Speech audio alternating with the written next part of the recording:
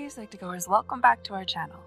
Your support helps us in our goal to spread awareness about mental health and psychology, so thank you for your support. Now, to the video. Sometimes making friends can be hard.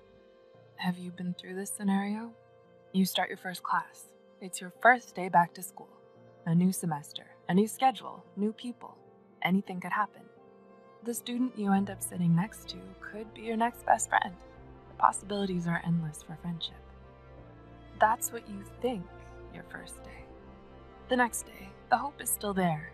It lasts the week, maybe the month. But then you soon find your hope dwindling down as you haven't seemed to make an impression on anyone. And you start to wonder, do people like me? Don't worry.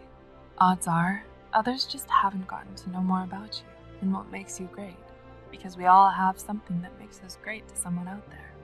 You may just need to develop some likable behaviors and habits that get others to notice you enough to want to find out what those great qualities are. So, to help you become an even greater person, here are some subtle behaviors that can make others like you. Hey, you may even find yourself liking you a bit more too. Number 1, call them by their name. No, not call me by your name. Call them by their name, although that is a great film. Have you ever perked up at the call of your name? Perhaps someone across the room mentioned you at a party, and instead of saying, "Hey you," they said, well, your name. We love our names so much that we can even pinpoint our own names being spoken by someone in a loud crowd or party. This form of selective attention is related to the cocktail party effect. While in a crowd or loud room, we can hone in on a specific conversation of our choosing. More importantly, if our name is spoken nearby, even when we're focused on another conversation, we immediately perk up and recognize that someone is talking about us. Think about it. It not only makes you focus more when someone says your name, but it makes you feel better knowing they actually bothered to remember it. Try taking a mental note of each individual's name when you meet them, and think of a related image to help you remember them. Number 2, give genuine compliments when they cross your mind. Everyone loves compliments, and we can usually tell when they're genuine. Next time you meet someone and notice something you like about them, don't hesitate to tell them. It's best to let others know the great things about them. Wouldn't you want to know if someone is thinking highly of you? When we speak of others in a positive light, people will associate the traits we use to describe that person with ourselves. This happens when we talk about someone to someone else. This is called spontaneous trait transference, and it occurs when communicators are perceived as possessing the very traits they describe in others. According to several studies published in the Journal of Personality and Social Psychology, researchers found that when we describe someone with a certain trait to another person, that person will associate us with the traits described. So, it doesn't hurt to give someone you just met a compliment, like your lab partner, Derek, who always aces the quizzes. Or the student sitting next to you with a great sense of fashion. What was her name again? You better remember. Susie. Go ahead and tell them their outfit looks great. And even tell your lab partner, Derek, that Susie does indeed have great taste. He may even associate that compliment to how great you are in the process. I'm sure they would love to hear nice things said about them. Wouldn't you? Number 3, spend more time with them. Want a secret to getting someone to like you? Try spending some time with them. This doesn't necessarily mean you have to ask them out right away if it doesn't feel quite right or natural, but it can mean sitting with them at lunch, or perhaps you want a coworker to like you. Get to know them by having a quick coffee chat with them. It never hurts to try. It's best to make socializing with others a habit if you want to make friends. According to the psychological study by R.B. Zajonc, the mere exposure effect is a psychological phenomenon in which people find themselves preferring someone or something simply because they developed familiarity with them. When a person is repeatedly exposed to a certain stimulus, that person develops familiarity with the stimuli and therefore prefers its presence. This is why certain products and ads are constantly being repeated during your favorite program's commercial breaks. The more familiar you are with something, the more you'll start to notice it. And if they turn you down when you ask them out, it's definitely their loss anyways. Number 4. You don't need to be perfect. There's no such thing. You may think that you have to appear perfect to attract others your way.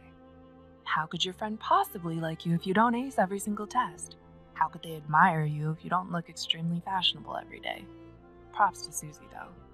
How could anyone ever get to know you if you don't have the perfect vocabulary? Well, I hate to break it to you. Well, actually, I want to break it to you.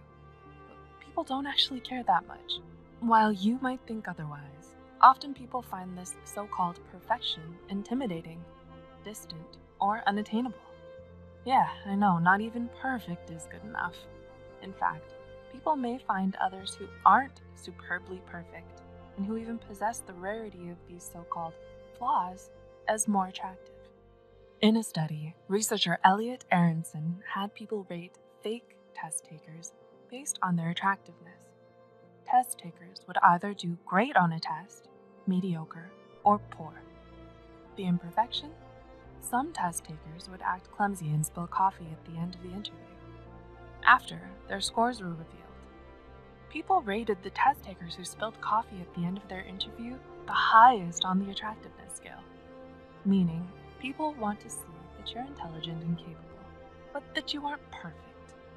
As the research paper states, a superior person may be viewed as superhuman and therefore distant. A blunder tends to humanize them and consequently increase their attractiveness. Poor test takers, mediocre test takers, and even great test takers were still rated lower than the superior test taker who scored great and spilled coffee at the end. Others may be intimidated if you come across as perfect and make no mistakes. They want to see that you're human. But when you show you're capable and yet still relatable as a human being who makes mistakes, people tend to like you more. Number 5. Look to the positives first. You know that one person in a group who always has the nicest and most positive things to say? Do you ever feel an aura of happiness and peace when around them? They never seem to complain, and when they do, it's only because of a particularly important reason. Like, there was a hair in my taco salad order. Something like that. They seem to emit this bright, positive energy that makes others gravitate towards them. Why can't you do the same? A research paper from the University of Hawaii and Ohio State University suggests that many individuals can unconsciously tell what mood you're in just by being around you. Seems fair, right? So if you display positive emotions, others are likely to mimic your happy facial expressions and gestures. Therefore, they're likely to feel positive emotions around you and want to be with you more. Meaning, if you go ahead and try to look to what makes you happy first, others will like your company, and ultimately you. All you have to do is make it a habit to look to the positive of a situation before the negatives. Because others love to be near someone who is happy. And if you can find the light in any dark situation, isn't that something to be happy about? Number 6.